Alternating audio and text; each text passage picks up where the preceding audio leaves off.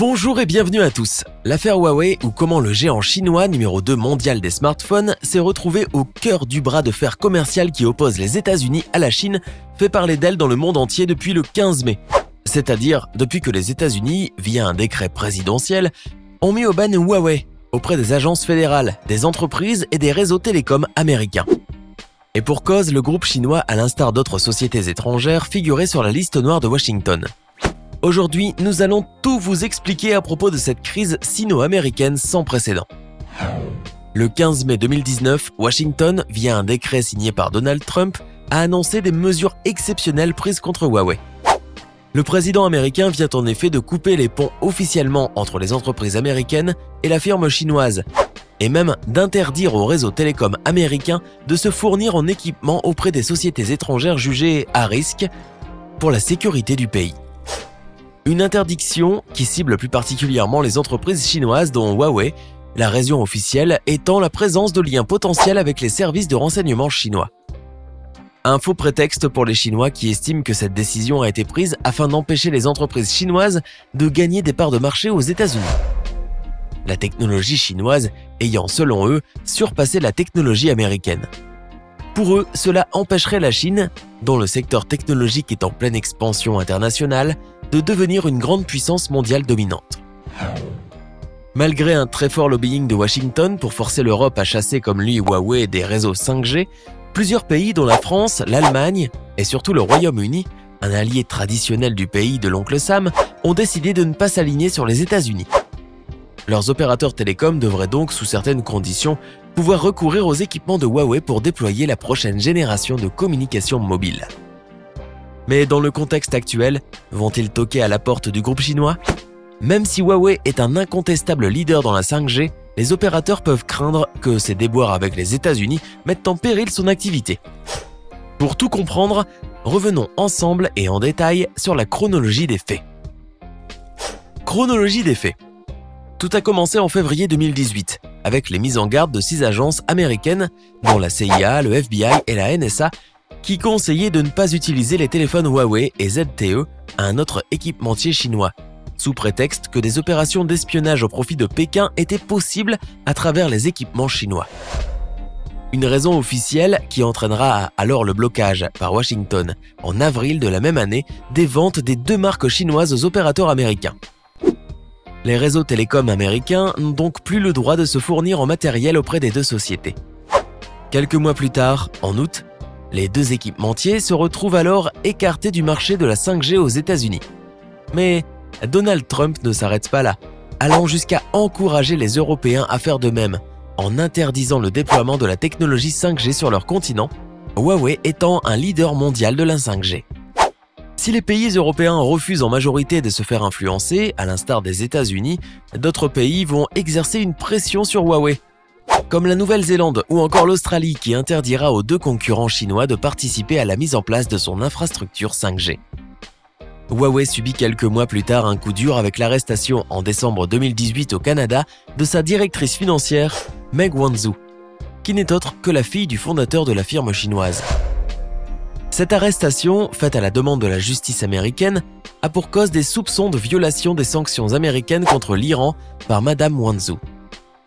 S'ensuivra alors une enquête criminelle qui sera ouverte début 2019 sur Huawei, le groupe étant soupçonné de vol de secrets commerciaux et technologiques par la justice américaine.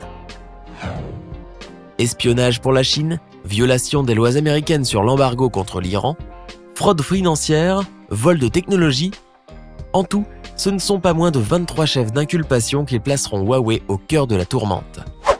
Se jugeant injustement puni par Washington, le groupe chinois riposte en portant plainte contre le gouvernement américain en mars 2019. Des conséquences coûteuses. La signature du décret par Donald Trump a apporté son lot de conséquences, à commencer par les entreprises américaines qui se sont vues obligées de suspendre leurs relations commerciales avec le groupe chinois. On apprend ainsi que Google a dû faire cesser l'utilisation de son système d'exploitation Android par les smartphones Huawei. Les smartphones Huawei se verront alors privés des services les plus populaires, de Google et de ses applications phares comme Gmail, YouTube, le navigateur Chrome ou encore Google Maps, lesquels ne seront plus installés sur les futurs modèles des téléphones Huawei. Même interdiction pour les fabricants américains de semi-conducteurs qui fournissent l'équipementier chinois.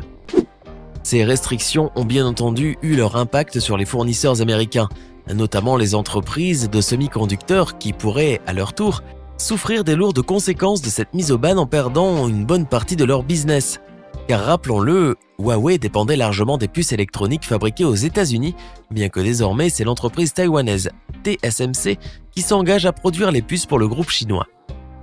Et puis, il fallait s'y attendre. Tout cela a bien sûr entraîné des chutes en bourse de ces entreprises américaines, qui n'étaient d'ailleurs pas les seuls fournisseurs de Huawei. Au lendemain de la signature du décret présidentiel, Huawei a perdu de nombreux fournisseurs, non seulement aux États-Unis, mais dans le monde entier. À leur tour, les entreprises japonaises comme Toshiba, Panasonic et ARM ont d'ailleurs fait part de leur décision de suspendre leurs partenariats commerciaux avec Huawei. Côté européen, c'est la question du déploiement de la 5G qui a été débattue récemment lors de la conférence sur la 5G et la sécurité organisée à Prague début mai. Certains pays européens ont montré une certaine réticence tandis que d'autres ont affirmé être prêts à déployer la 5G comme le Portugal ou la Pologne. Coup de théâtre. 3 jours après son annonce donc, Donald Trump est revenu sur les sanctions prononcées au préalable. Il a décidé de les reporter sans toutefois les annuler en accordant 90 jours de sursis à Huawei. Le groupe chinois est donc ainsi autorisé à conserver ses réseaux existants jusqu'au 19 août et dispose du temps nécessaire pour négocier avec ses partenaires. Ce sursis a en effet été décidé face aux inquiétudes des utilisateurs de smartphones Huawei et permettra donc à la firme chinoise de fournir des mises à jour logicielles qui éviteront la détérioration du service aux Américains possédant des téléphones Huawei.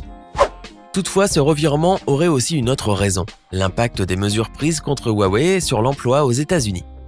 En effet, selon une étude de l'Information Technology and Innovation Foundation, institut de recherche américain, les sanctions annoncées contre Huawei pourraient coûter jusqu'à 56,3 milliards de dollars et 74 000 emplois à l'économie américaine.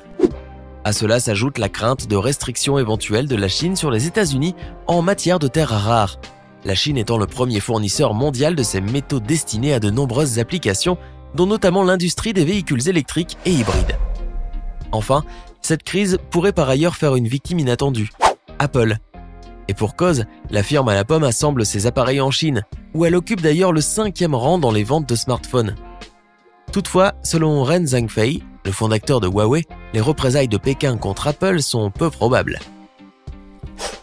Tout sauf céder. Lors de sa première sortie officielle depuis la décision prise par Washington, Ren Zhengfei, le fondateur de Huawei, a assuré que son groupe n'allait pas céder à la pression de Washington et accepter d'être surveillé, et qu'il allait continuer à développer ses propres composants afin de réduire sa dépendance aux composants étrangers. Le patron de Huawei a même annoncé que la firme pourrait installer son propre système d'exploitation Hongmeng OS, en remplacement d'Android sur ses futurs produits commercialisés, et a par ailleurs assuré que la 5G de Huawei ne sera absolument pas affectée. Selon le groupe chinois qui se veut rassurant, les smartphones déjà achetés ou actuellement disponibles dans les commerces ne sont pas touchés par la suspension du partenariat avec Google. En revanche, ils ne pourraient utiliser que la version Android Open Source Project, AOSP, qui elle est gratuite. Enfin, selon Ren Zhengfei, les 3 mois de sursis accordés par Donald Trump, qui a d'ailleurs évoqué la possibilité d'inclure Huawei dans l'accord commercial avec la Chine, ne sont même pas nécessaires, car le groupe s'était déjà préparé. Bref, malgré son avance réduite à cause des restrictions imposées, Huawei promet de ne sortir que plus fort de cette crise et voler désormais de ses propres ailes. Un pas en arrière pour 2 pas en avant, les prochains mois seront certainement décisifs. Alors, pensez-vous que c'est vraiment la fin de Huawei? Ou l'entreprise chinoise a-t-elle encore les moyens de s'en sortir? Donnez-nous votre sentiment dans les commentaires.